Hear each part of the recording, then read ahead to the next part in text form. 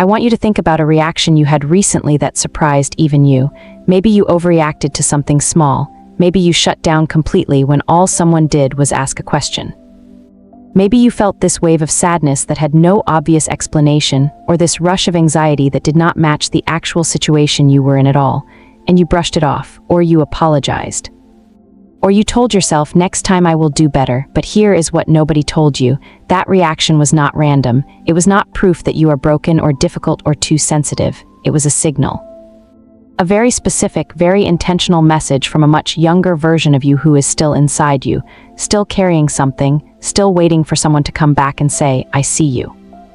I know that hurt. You were not too much. You never were. Today we are talking about the child you were and why they still live here. Welcome back to Ife Random Reflections. I am Ife, and this is the space for honest conversations about healing, faith, and becoming the fullest version of who God made you to be. If you are new here, welcome. Subscribe and turn on your notifications because we go deep on this channel and I do not want you to miss what is coming. Now let us get into it. The inner child is not a therapy buzzword. It is not something only people with dramatic trauma need to think about. Your inner child is essentially the emotional record of your earliest experiences. It is the collection of conclusions your young mind drew about love, safety, belonging, and your own worth before you had the language or the brain development to process any of it critically. Here is why that matters. Between birth and around age 7, children are in an almost completely absorbent state. Everything goes in without a filter. There is no defense mechanism, no context, no frame of reference that says this adult is wrong or this situation is about them, not me. Everything just goes straight in and gets filed as fact. So when a child is consistently told they are too sensitive, they do not conclude that the adult is wrong.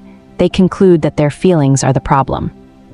And that belief does not just stay in childhood, it follows them into adulthood, into friendships, into relationships, into how they express themselves or hold themselves back.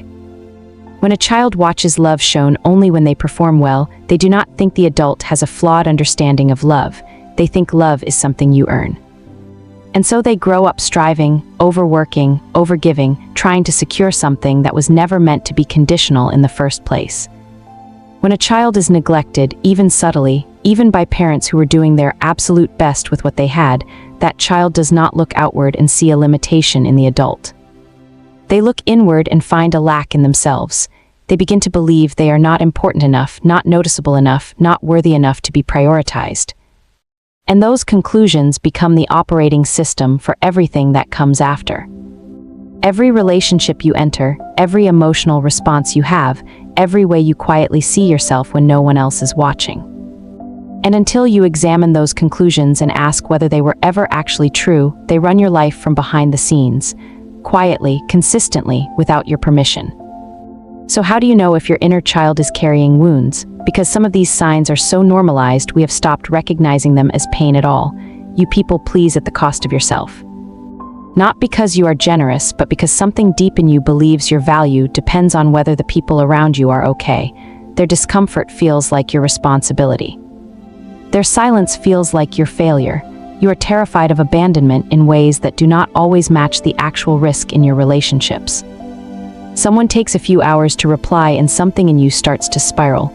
Your mind starts filling in gaps with fear, not because of what is happening now, but because of what happened then. You either feel everything too intensely and it overwhelms the people around you, or you feel almost nothing at all and people around you wonder if anything ever gets through to you. Both are responses to the same thing, a nervous system that learned that feelings were either dangerous or pointless. You carry shame that goes deeper than any specific thing you have done. Not guilt about a behavior, an actual core sense that you, as a person, are somehow fundamentally too much, not enough, or simply in the way.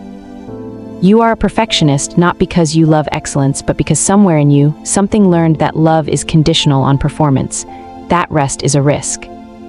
That being ordinary means being rejected, and you struggle to fully receive good things, good love, rest, compliments, opportunities. You take it in with one hand and brace for it to disappear with the other, because somewhere a child learned that good things do not stay. I want to say this clearly. None of these are character flaws. Every single one of them is a protective strategy built by a child who needed to survive their environment. The problem is not that the child was wrong to build those strategies. The problem is that the same child is still running those protocols in a life that looks very different from where they were created, and it is exhausting. For everyone around you, but most of all for you. So where do you actually start? The first thing is this: get curious instead of critical. The next time you have a reaction that feels too big for the moment, resist the urge to shame yourself back into composure. Instead, pause and ask, how old does this feeling feel right now?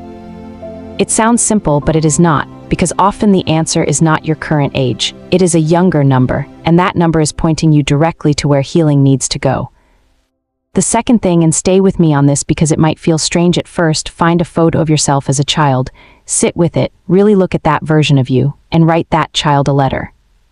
Write the things they needed someone to say, write what you now understand that they were too young to know, tell them it was not their fault, tell them they were not too much. Tell them they were not a burden, tell them they were worthy of love without having to earn it, write it slowly, write it honestly. Because your nervous system needs to receive what your childhood did not give it, and sometimes the most direct way to create that experience is to give it to yourself intentionally. Third, trace your patterns backwards. Take your most persistent adult struggles and ask, where did I first learn this response? When did this pattern begin? What moment or season shaped this belief? Not to assign blame, not to build resentment, but to understand. Because when you can see the origin of a pattern, it stops feeling like a mystery about who you are and starts feeling like a logical response to a real experience. And logical responses can be changed, mysteries cannot. And the fourth thing, and I mean this deeply, bring God into this, not as a routine, not as something distant, but as the actual source of what you were denied. You were not created broken, you were created whole, and life and people and circumstances interrupted that.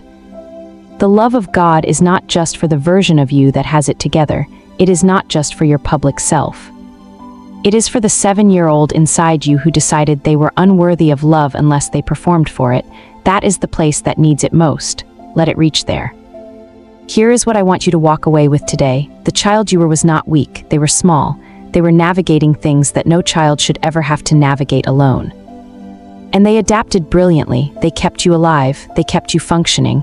They found strategies that worked in the world they were in, but you are not in that world anymore. And now they need something different from you. Not more performance, not more suppression, not more pretending. They need your compassion, your presence. Your willingness to stop running and turn around and say, I see you, I am here, and I am going to take care of us now. That is where healing begins, not in a single video. Not in one moment of breakthrough, but in the quiet, repeated choice to turn toward yourself with kindness instead of away from yourself with shame. If this video reached something in you today, please like it so more people can find it. Subscribe if you are not already here. Share it with one person you think needs to hear this. And drop a comment below and tell me, which of those signs of inner child wounding felt most personal to you? I read every single comment and I genuinely want to hear from you. I am Ife. I will see you in the next one.